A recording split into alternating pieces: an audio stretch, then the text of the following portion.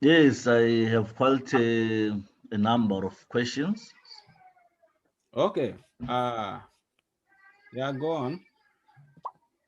Okay, maybe just to introduce myself, I'm based in Bulawayo, Zimbabwe, Okay. and I hold a master's degree in financial engineering and a master's degree in finance and investment. So I'm looking for opportunities to pursue PhD on a scholarship, say in Canada. All right. So what I wanted to find out is what chances does someone in my position have to get that offer, and what are the necessary steps towards that? Yeah. Um, okay. So, when did you finish your master's degree? The finance and investment one I finished in 2015. Then the financial engineering one I finished last year, June. Okay. So, so the PhD you are interested in now is in what area? I'm looking at a PhD in finance, PhD in quantitative finance, PhD in data science with special emphasis on finance, PhD in computational finance. All those are areas where I have keen interest on. Okay. Yeah, that's good. And then that means you've had some work experiences related to this field, right? So far, I work as a finance manager, but in terms of the roles, I think I haven't used much of my knowledge towards that. Okay. Yeah, Yeah, that's fine. yeah. So, to get a PhD position at a university in Canada requires you to go through some steps. Okay. I will try to highlight them, Yes. and then so you try to see what you can do with the information. So Okay. so in Canada, many of the research programs are funded. So Mm-hmm. especially PhD. So PhD is totally a research program. So one thing you should have in mind is if you get the PhD position in Canada, you will most likely be funded. So that's one thing to get settled in your mind. So the Okay. question now is, how do I pursue getting admitted into a PhD program? True. Yeah. So you have to start by going on your search engine and search for universities in Canada that offer programs in your field. Okay? Okay. Yeah. So there are many universities in Canada that you will probably see. So what I would advise is try to select like 10 universities. Okay? Okay. Okay. So generally, the universities are ranked somehow. You can take any ranking information. So I mean, look at universities in different spectrum of, um, in different region of the spectrum of, of the rankings. So, for example, Yes.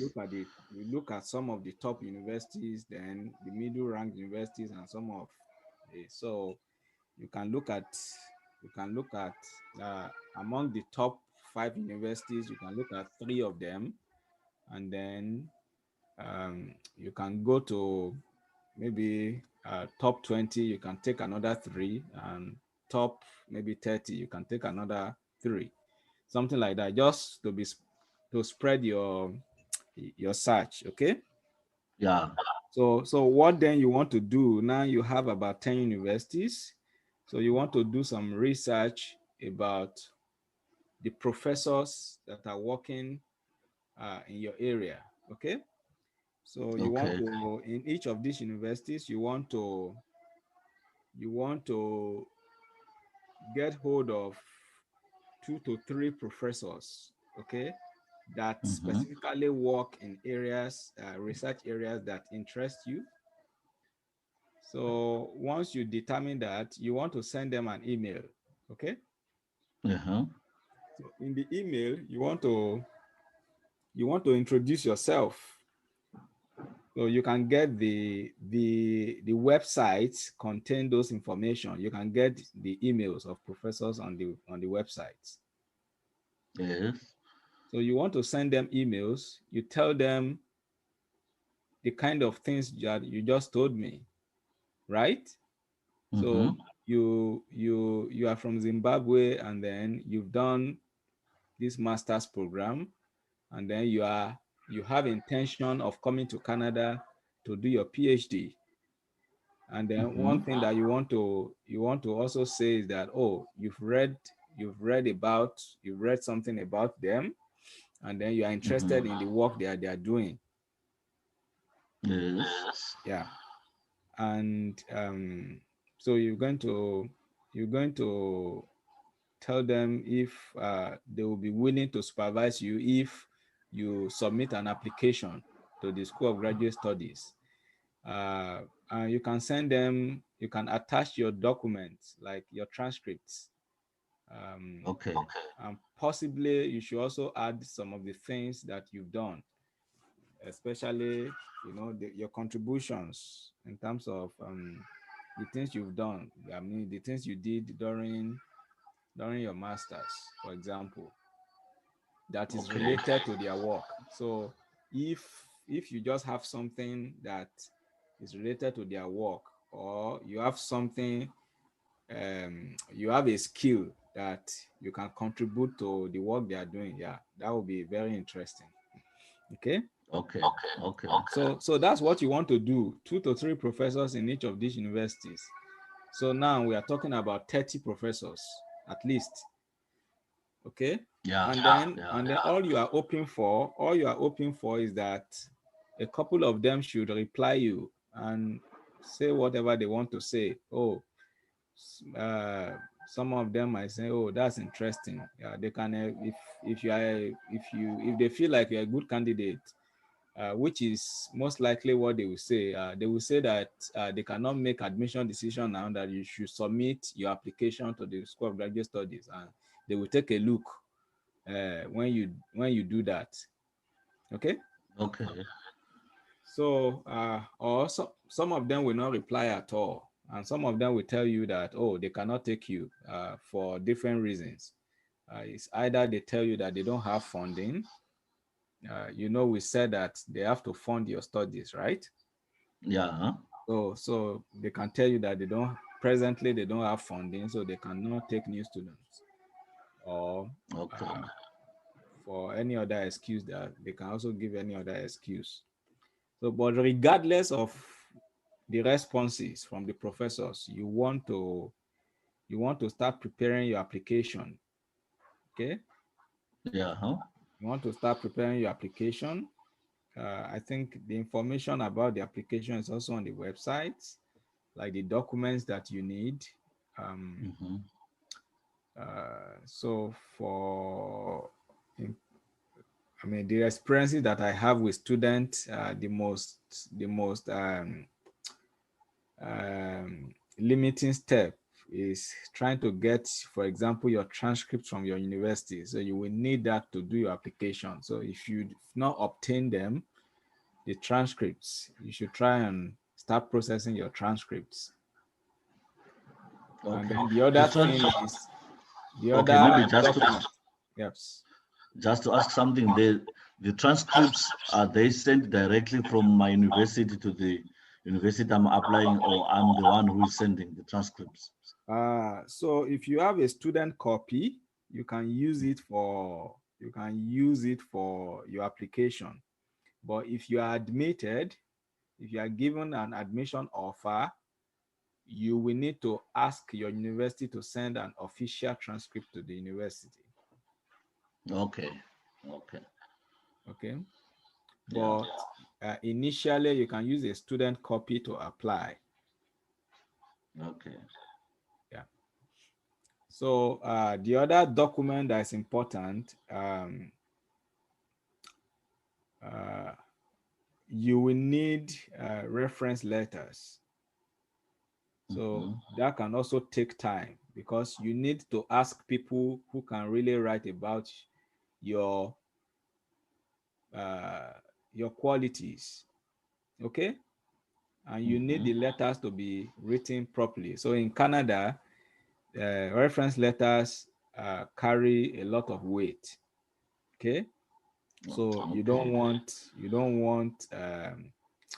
professors who will just write anything for you. So seeking them out can take time. So you should inform them in time so that they will have adequate time to write you a good reference letters. So those kind of documents you will need, and you will need to submit your application. Application we generally open in October. Okay. And yeah, in October. Some top universities will close the application portal by early December, but some universities will keep them open until maybe sometimes in January or February of the following year. So you have to monitor that. So so generally for the PhD, you might be required to write like an essay, a statement of purpose, or a statement of research, or a research plan, things like that. So you will need to write those. So give yourself enough time to write them. Try to write your story. Try to convince them that you are capable, and then you have a plan. So so the other important point is you should actually submit your application to many places. So I found that